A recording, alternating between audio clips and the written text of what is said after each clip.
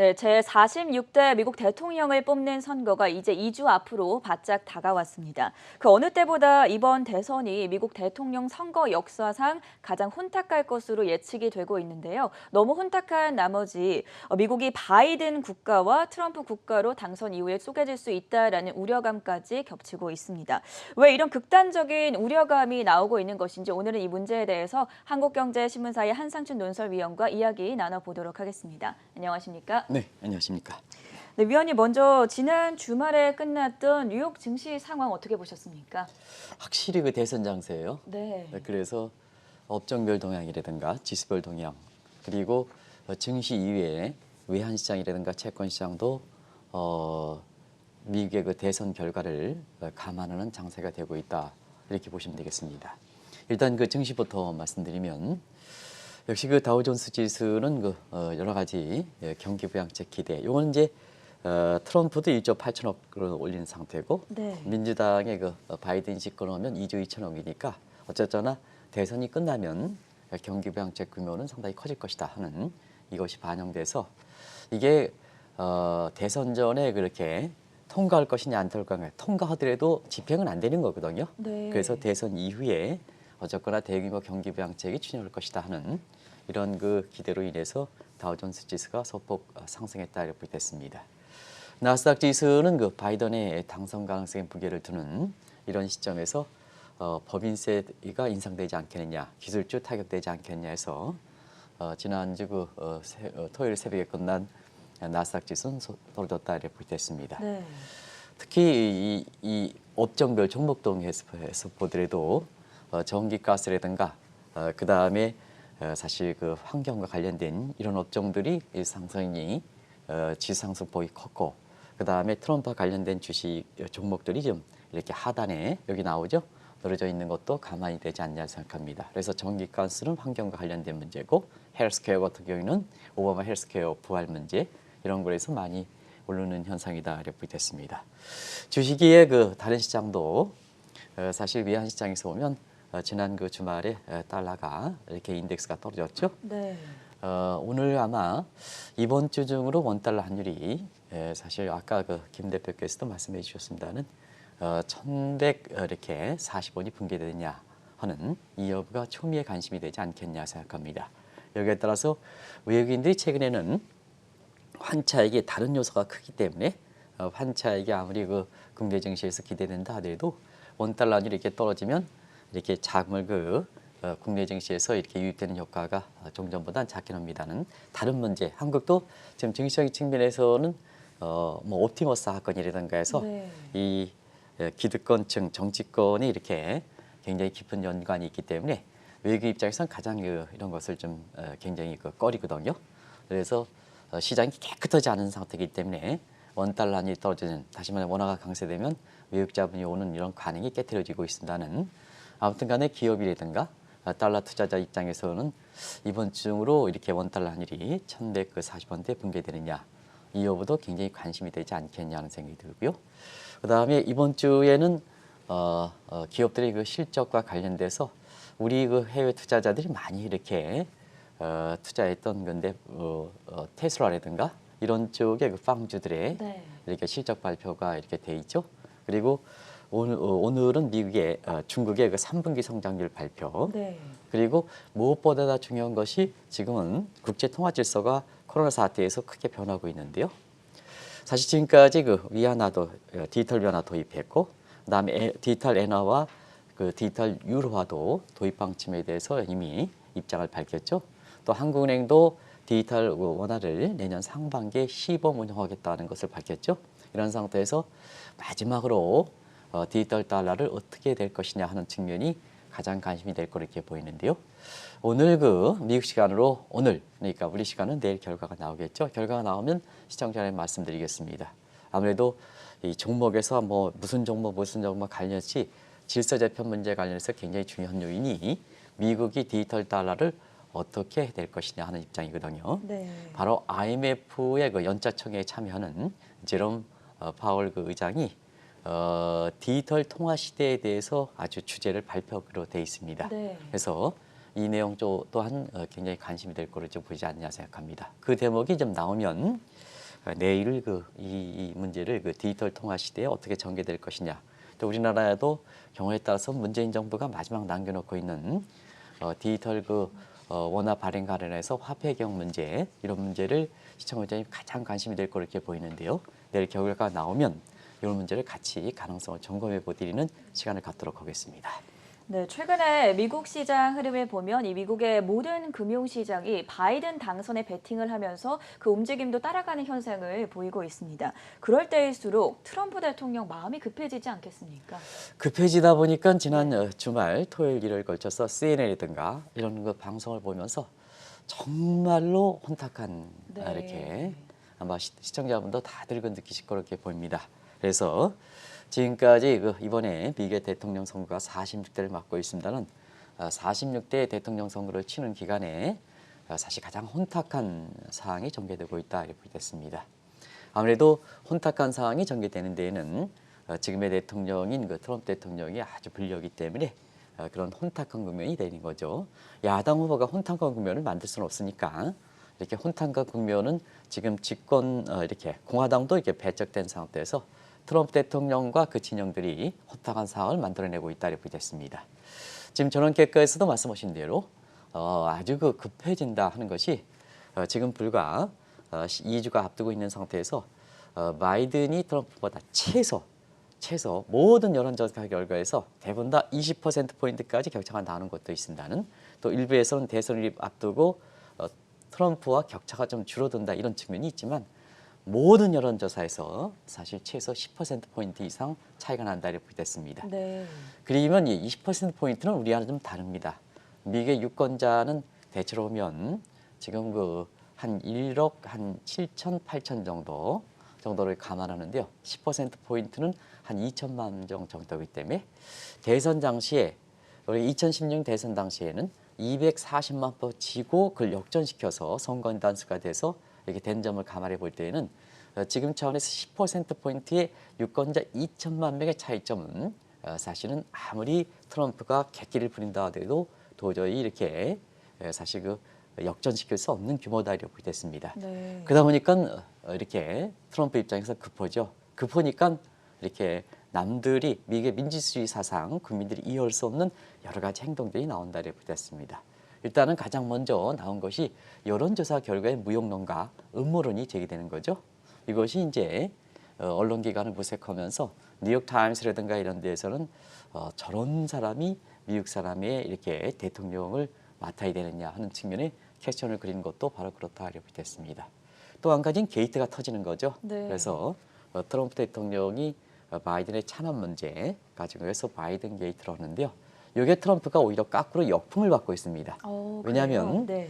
1차 대선 때 2016년에 트럼프가 당선된 데는 러시아 게이트가 있었거든요. 네. 다들 아시겠습니다는. 이게 제대로 해결되지 않은 상태에서 그냥 무마시켜 버렸거든요. 그럼에 따라서 이렇게 성급한 나머지 우크라이나 게이트가 이번에 TV 토론에서 이렇게 얘기 나오긴 합니다는 미국 국민들에 대해서는 반응이 그렇게 크게 높지 않다. 오히려 역풍을 맞는 분위기다 하는 것을 시청자 여러분께 말씀드리고요. 또 CNN이든가 이런 데 지난 주말에 미국의 대선 거리를 스케치하면서 가장 많이 이렇게 비춰주는 대목이 가짜 우편입니다. 아시겠습니다는 우편 투표율이 이렇게 높아지면 높아질수록 바이든의 당선 가능성이 높아진다 하는 측면에서 공화당이 또 트럼프 대통령이 이 우편함에 대해서 굉장히 이렇게 부정적 견해를 보거든요. 가짜 우편함이 등장한 것을 아마 외신을 통해서 잘 보실 거로 이렇게 봅니다. 네. 사실 미국사에서 시청자 여러분 가짜 우편함이 이렇게 등장한다는 것은 대통령 당선 여부와 관계없이 미국의 민주주의 꽃이다 해서 미국을 들어오고 있는데요. 워싱턴 정가라든가 미 정치학자를 중심으로 해서 미국의 민주주의 위기다 하는 이런 쪽의 우려들이 나와서 그야말로 혼탁한 상황이 전개되고 있다 하는 것을 말씀드리겠습니다. 말씀해 주신 대로 주식시장도 지금 대선에 아주 집중을 하고 있는 양상이고 선거 움직임 속에서 새로운 용어들을 살펴보면 어느 정도 이제 예측이 되는데요. 현재 선거 분위기와 결과를 이런 움직임 속에서 어떻게 예상해 볼 수 있겠습니까? 이렇게 혼탁한 후보 간의 혼탁한 상황은 사실 국민들 입장에서 이렇게 어저지수 가지고 어느 정도 파악할 수 있지 않냐 생각합니다. 왜냐하면 국민들의 의향 지수를 해서 여론조사 이렇게 나오는데요. 우리나라에도 이렇게 여론조사에 대해서 자, 두 가지 이렇게 오차가 있다 그랬죠. 이렇게 자기의 지지층에 맞는만 표본을 설정할 가능성이 높다. 예를 들어 폭스 TV의 그 여론조사는 트럼프와 관련돼 있는 여론조사만 한다는 얘기입니다. 네. 계층들만.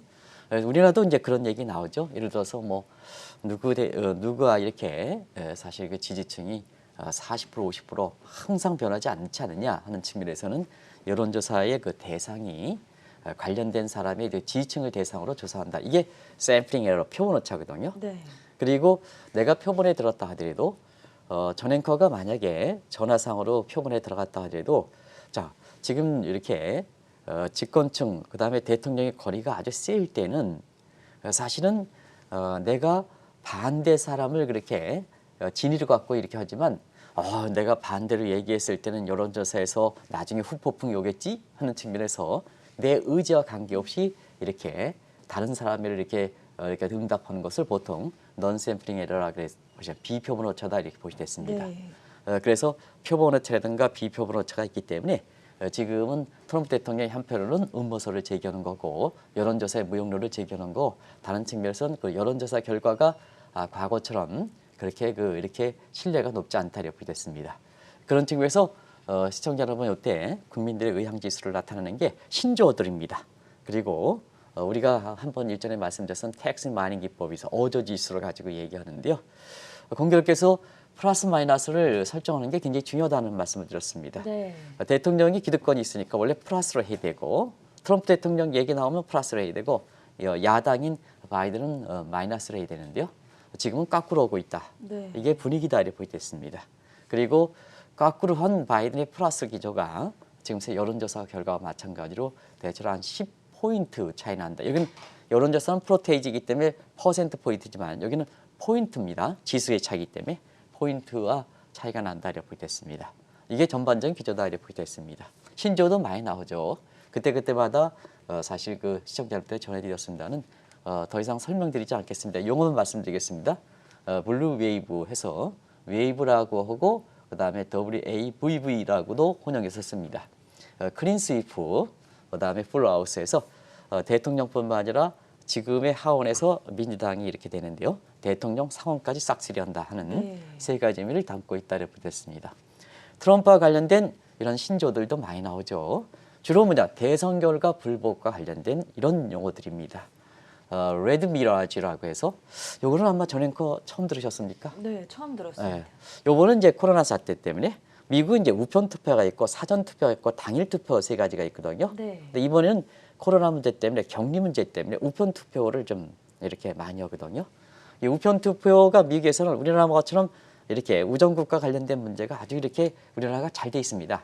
근데 미국은 현지에서 이렇게 저희도 이렇게 개인적 관계로 인해서 미국에 이렇게 오랫동안 머물 관계가 있으면 이 우편이 좀 생각보다는 이렇게 그 우리나라보다 잘 돼 있지는 않습니다.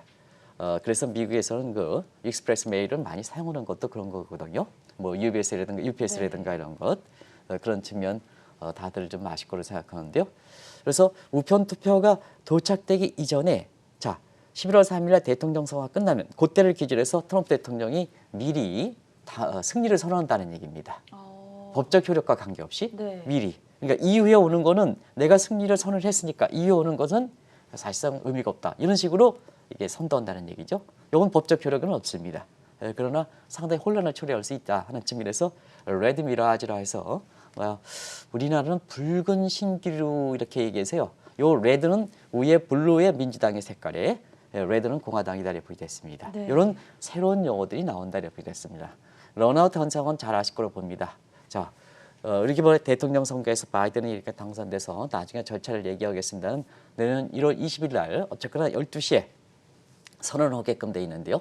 사실 이때에 트럼프 대통령이 불복종을 선언한다 하는 관점에서 런아웃 현상이 되고요. 카오시스라는 용어가 굉장히 카오스라는 얘기가 많이 나오죠. 이런 용어들이 많이 나오는 건데요. 한 가지는 위에는 싹쓸이고 밑에는 전부 불복이다 하는 측면이 바로 지금의 대선이 어떻게 흘러가는 것을 이 용어상으로도 알 수가 있지 않냐 생각합니다. 여러 용어들을 짚어주셨지만 확실히 대선과 관련된 용어들이 혼탁한 상황 지금 예상을 해볼 수가 있었는데요.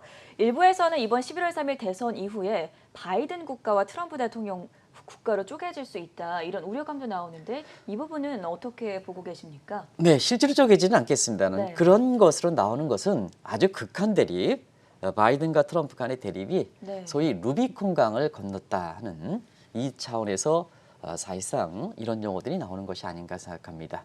미국은 원래부터 단일 국가가 아니죠. 시청자 여러분 아시겠습니다는 USA에서 United States of America에서 설립과 동시에 항상 이슈가 말 때마다 분리 독립에 대한 요구는 상당히 있었다 이렇게 됐습니다. 이게 미국 국가의 형태다 이렇게 됐습니다. 그렇기 때문에 잘 통합해서 지금까지 세계 경제 제1대국이 된 것은 굉장히 미국의 어떻게 보면 강점이지 않냐 생각합니다. 단일 국가에서 세계 그 경제 대국 이런 그 만들어내는 것과 그다음에 유색인종, 이색인종 민족들이 이렇게 선 상태에서 지금까지 끌고 와서 단계 세계 패권을 다투는 데는 미국의 민주주의꽃 시장 경제의 어떤 강점을 발휘한 것이 아닌가 생각합니다. 그런데 국가 설립 이래로 항상 유나이티드 스테이트니까 항상 분리독립 문제가 있었다 이렇게 됐습니다. 그 내용들이 꾸준히 한번 보면 많이 있습니다. 그 중에서도 시청자 여러분이 기억나는 것은 경제적으로 분리독립 요구죠. 그래서 실리콘밸리가 있는 캘리포니아주가 미국을 저녁을 먹고 살린다 해서 예전에 유명한 영화 배우가 캘리포니아 주지사 될 때 실리콘밸리를 포함해서 캘리포니아주를 떼어내겠다 하는 분리독립 요구가 있었던 것은 시청자 여러분이 잘 아실 거로 생각합니다. 특히 트럼프 대통령이 백인 우월주의, 인종차별주의 이런 측에서 사실상 실제로 분리독립이 이렇게 한국에 비춰지진 않고 있었습니다는 이렇게 유색인종을 그 중심으로 해서 분리독립 요구도 심심치 않게 전개됐던 것이 네. 트럼프가 아무래도 자충수가 되지 않겠냐 이렇게 보고 있습니다. 그리고 1차 대선 당시에 시청자 여러분 아시겠습니다는 전체적으로 미국의 그 선거제도의 어떤 독특한 특성 때문에 그런데요. 힐러리 클린턴 민주당의 후보가 240만 표 이겼지 않습니까? 네. 근데 선거인단에 위스콘신, 필라델피아, 그다음에 오하이오 스테이트 같은 이런 쪽에 소위 백인 이렇게 저소득층의 소위 쉐이 트럼프가 많은 이런 쪽이 이렇게 승리하면서 결국은 사실은 트럼프의 그 공화당 후보가 당선됐지 않습니까? 이 대목에 있어서 잔금이 있는 겁니다. 잔금이 있는 상태에서 지금 이번 그 46대 대통령에서 주로 트럼프가 문제가 생겨서 굉장히 이것이 극한 대립이 되다 보니까 결국은 루비콘 강을 건너지 않았느냐. 그런 측면에서는 사실 그동안 이렇게 그 분리독립 요구가 증폭되지 않겠느냐 하는 그래서 트럼프 대통령이 연임하면 이 문제가 굉장히 크게 부각될 거고 법적 책임 문제가 많이 나올 거고 그다음에 바이든이 당선된다 하더라도 서로 극과 극에 갈리고 있는 미국 사회의 어떤 이렇게 분리독립 문제라든가 가치 분열 문제를 어떻게 잠재울 것이냐 이것도 과제가 되지 않겠느냐. 뭐든지 상처가 깊으면 거기에 따라서 사실 여러 가지 그 과제가 남겨놓는 거거든요. 네. 그런 측면이 이렇게 극한 대립 속에 미국이 바이든 국가와 트럼프 국가로 분리되는 게 아니냐 하는 이런 쪽의 시각들이 나온다 이렇게 됐습니다. 2주 앞으로 다가온 46대 대통령 선거에서 누가 대통령에 당선이 되더라도 특히 경제 정책과 관련해서는 바이든 대 트럼프 대결 구도가 더 심각해질 것이다. 이런 학자들 의견도 상당히 많이 보이던데요. 이건 뭐 확실합니다. 네. 그래서 경제적 측면에서는 실제로 국가가 바이든 국가, 트럼프 국가가 분리되지 않는다 하더라도 경제적 측면에서는 확실하게 트럼프 노믹스와 바이든 노믹스가 이렇게 대립되지 않겠나 이렇게 보고 있는데요. 사실은 46대 대통령 시청자 여러분, 미국은 세계의 경제를 이끌어가는 국가입니다. 그래서 그만큼 과제도 많습니다. 미국 내 과제뿐만 아니라 미국의 과제, 그걸 전부 뭐냐 경제 공약에 담아야 되는데요. 경제 공약이 있었습니까? 거의 들지 않을 겁니다. 46대 대통령 선거도 경제 공약이 없는 것이 하나의 특징이면 특징이다 이렇게 됐습니다. 그런데 용어는 나오죠. 왜냐하면 트럼프 대통령은 2016년, 2017년서부터 지금까지 트럼프 노믹스 이것도 실체가 그렇게 분명하진 않습니다. 그런데 지금은 바이든이 당선될 것이다 해서 골드만삭스라든가 그다음에 한국경제TV에서는 골드만삭스보다 먼저 바이드노믹스라는 그 표현을 썼는데요. 네. 사실은 이 실체를 보면 반 오바마노믹스와 오바마노믹스로 표현하는 것이 적절하다 이렇게 보겠습니다. 그래서 반 오바마노믹스는 바로 트럼프노믹스에 해당되는 거고, 그다음에 오바마노믹스는 바이든노믹스. 그래서 오바마 대통령이 이렇게 뒤늦게 그 바이든의 이렇게 유세에 그 참여하면서 바이든을 전폭적으로 지지한 것이 결국 민주당의 이렇게 응집 세력, 네. 그다음에 공화당의 부동층을 끌고 오는데 결정적 역할을 했던 것도 결국 실체가 오바마노믹스를 두고 여기에 반대 시각이 트럼프노믹스고, 그다음에 여기에 다시 부활하겠다는 것이 바이든노믹스이기 때문에 실질적으로 보면 선거 공약이 독창적으로 나오는 이런 것이 없는 상태에서 사실 뭐냐 이런 얘기가 나오는 것이 아닌가 생각합니다. 그러면 반오바노믹스와 오바노믹스의 차이점 뭘까 하는 측면에서는 일단 트럼프 정부에 추진했던 지난 그 3년 반 기간 동안에 추진했던 내용들 보면 전부 오바마 지우기를 일관했죠. 네. 그래서 한번 그 중에 몇 가지를 한번 보겠습니다. 다자친을 탈퇴, 특히 신파리 협상, 요 기후 협상 관련해서 많이 이야기 나오죠. 그렇죠. 그래서 뭐 헬스케어, 에너지 관련된 주, 그다음에 전기 자동차 관련된 주 이런 게 나오는 것이 바로 그런 측면이다 이렇게 됐습니다. 그래서 신파리 협상을 탈퇴하겠다는 것이 트럼프인데 바이든은 적극적으로 참여하겠다, 부활시키겠다는 입장이죠. 그다음에 중국과 이기적인 이런 대립이 지난 그 3년 반 동안 지속되는데요. 트럼프는 중국과의 경제 패권에서 남이 굴복시키고 자기가 하겠다는 얘기입니다. 이게 뭐냐? 노이만 방식의 영화 게임, 제로섬 게임 방식이다 이렇게 보시면 되겠는데요. 그러나 바이든 시절에서는 중국과의 대립은 같지만 서로 오바마 정책과 마찬가지로 서로 공생적, 샤프리로서의 공생적 게임으로 방식으로 바뀔 것이다 하는 것도 바로 구별되는 측면이다 이렇게 됐습니다. 어떤 분 같은 경우에는 중국과의 갈등이 똑같이 된다. 절대 같이 되지만 경제평가는 군주가 하나면 방식의 차이가 있거든요. 네. 방식의 차이 있거든요. 그렇기 때문에 세계 경제에 미치는 영향이 다르다는 얘기입니다. 똑같이 경제 패권이 중국과 간다 하는 측면에서 똑같은 시각으로 보는 시각이 있습니다는 건 잘못된 거다 하는 걸 말씀드리겠습니다. 그리고 대내적 측면에서는 오바마 헬스케어 문제, 그다음에 단일금융권제, 이민법 철판 문제 전부 오바마 지휘죠. 오바마 지휘. 네. 그러나 바이든노믹스는 트럼프에서 후퇴했던 내지는 트럼프에 없었던 그런 정책에 부활하는 것이 바이든노믹스의 핵심적인 경제 공약이기 때문에 사실 경제정책 측면에서는 실제로 국가가 바이든 국가와 트럼프 국가로 분리되지 않는다 하더라도 네. 바이든과 트럼프로 양립되는 이런 구조가 되지 않겠냐 이렇게 보시면 되지 않냐 생각합니다. 트럼프 대통령은 사실상 ABO라고 하죠. Anything but 오바마 정책을 추진을 하고 있고 바이든은 이제 오바마 정책을 복원시키는 이런 역할을 담당하고 있는데 지금 이렇게 미국의 분리 가능성을 진단해 보고 있지만 실제로 국가가 통합되기란 굉장히 어려운 일이지 않습니까? 트럼프가 남긴 또 하나의 이렇게 네. 부작용이 아닌가 생각합니다.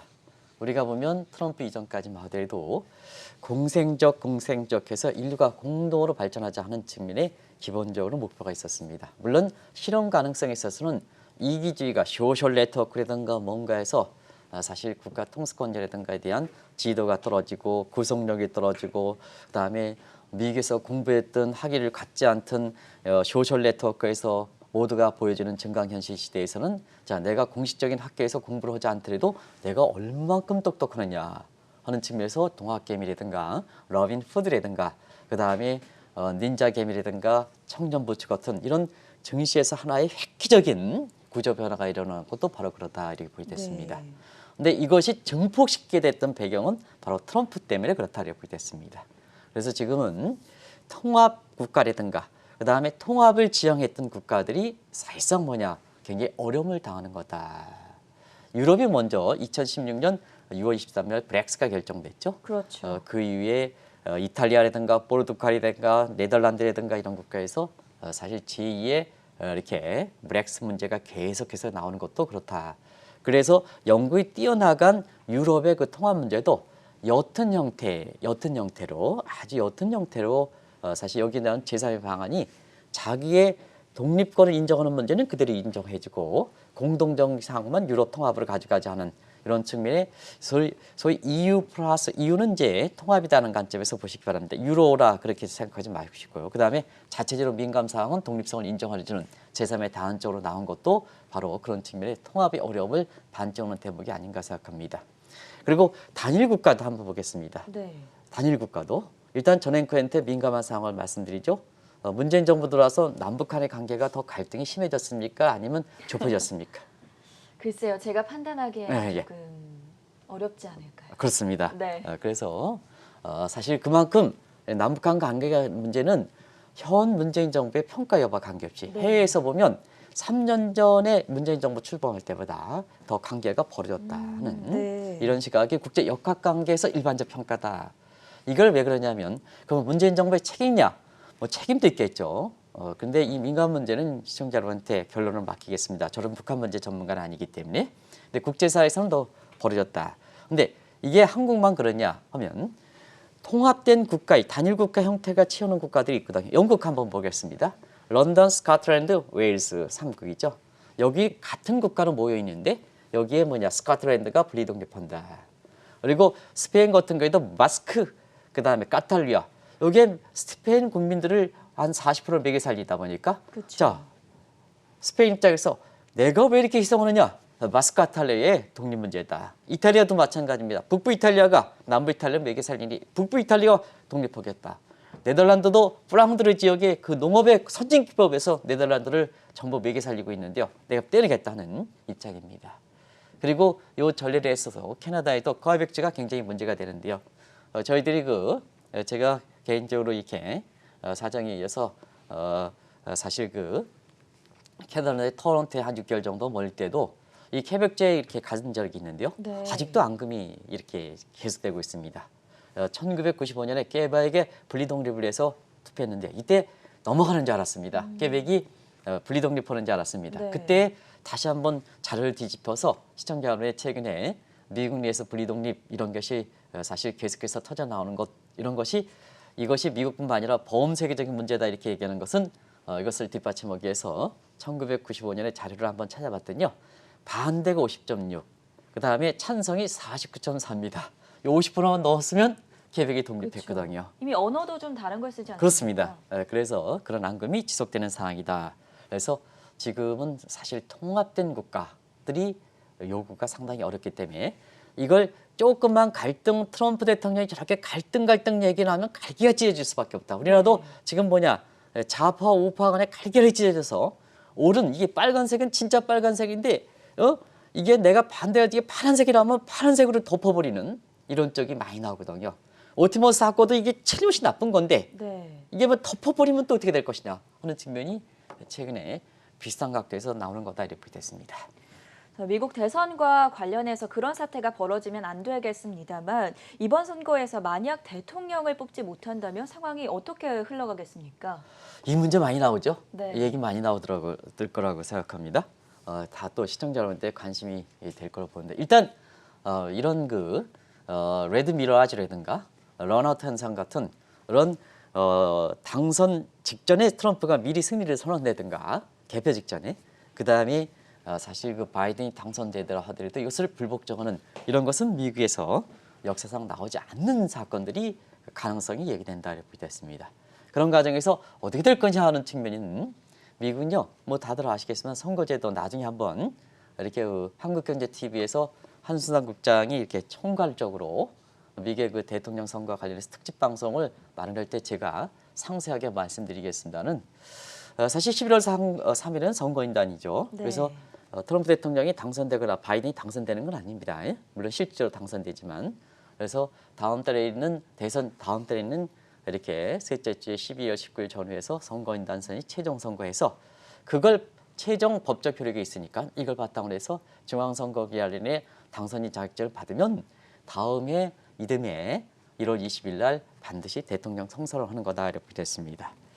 그런 과정에서 이렇게 개표 완료 전에 승리를 선언한다든가 그 다음에 당일날 이렇게 인정하지 않을 때는 어떤 현상이냐 하는 측면에서는 다들 아시겠지만 11월 3일 날 실질적으로 결정하고 그 가능성에 있어서는 미국에서 보면 선거인단 반란도 있을 수가 있었습니다. 네. 한두 분 정도. 그런데 당락에는 결정이 되지 않기 때문에 11월 3일 날 실질적으로 결정된다 이렇게 볼 수 있는데요.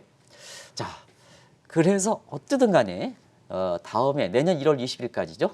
어떻든 간에 트럼프 대통령이 대통령의 직을 유지한다 이렇게 됐습니다.